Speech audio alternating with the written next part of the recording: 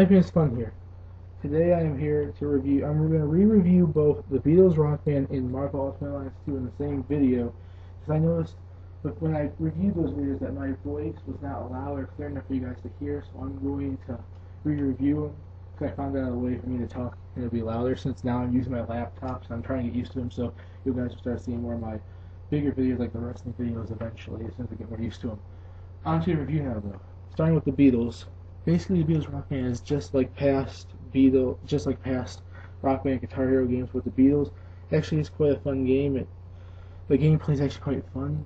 Basically the same thing, but it's similar. The presentation of graphics are a little bit better, I think, than Rock Band 2 on the Wii, but about the same as the PS3 and 360 version of the Beatles, just not as fully detailed.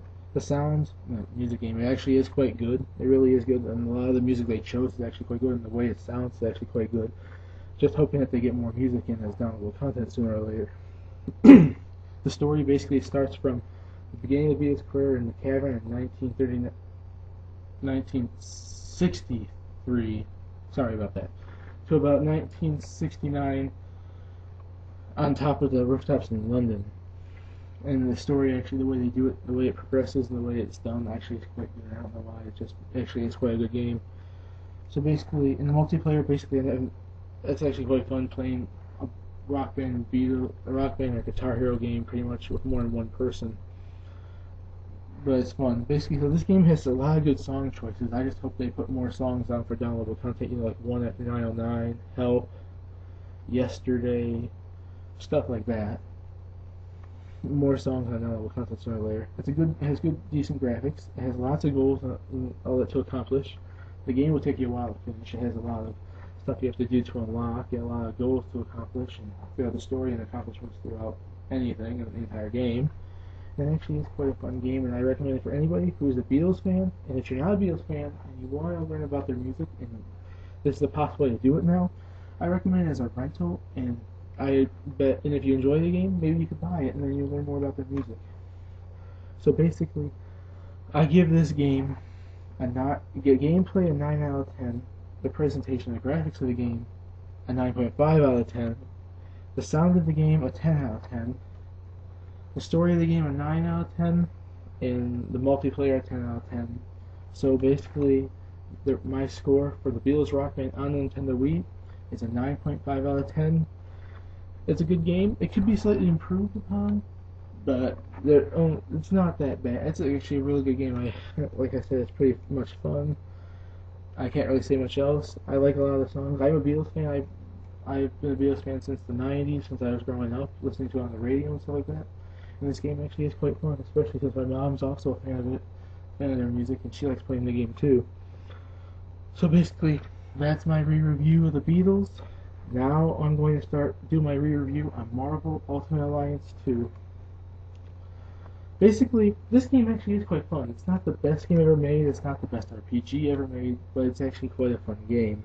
And it has some really good RPG elements, and I did play X-Men Legends 1 and 2 and Marvel Ultimate Alliance 1, but I never really played this game as much as I played this one.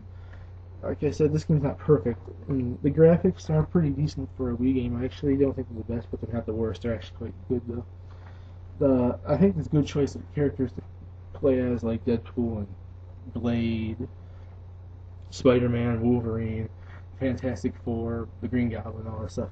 I didn't get really far in the story because I only made it to like the plant level. I saved 2 separate files on both the anti-registration and the pro-registration.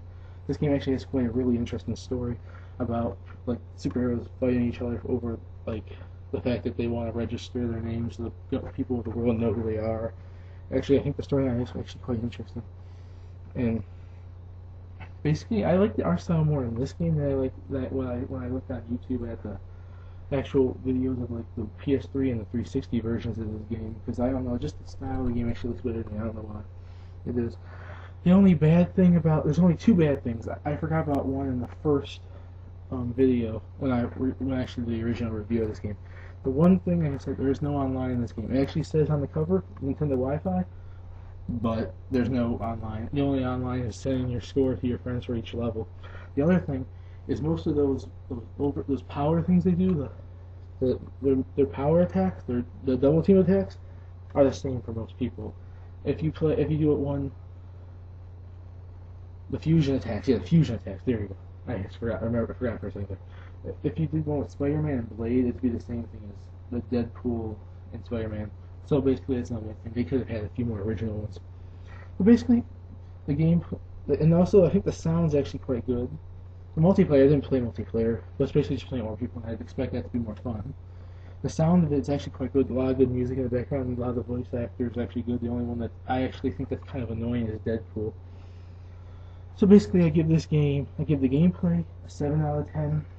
The presentation, the graphics of this game, a 7.5 out of 10.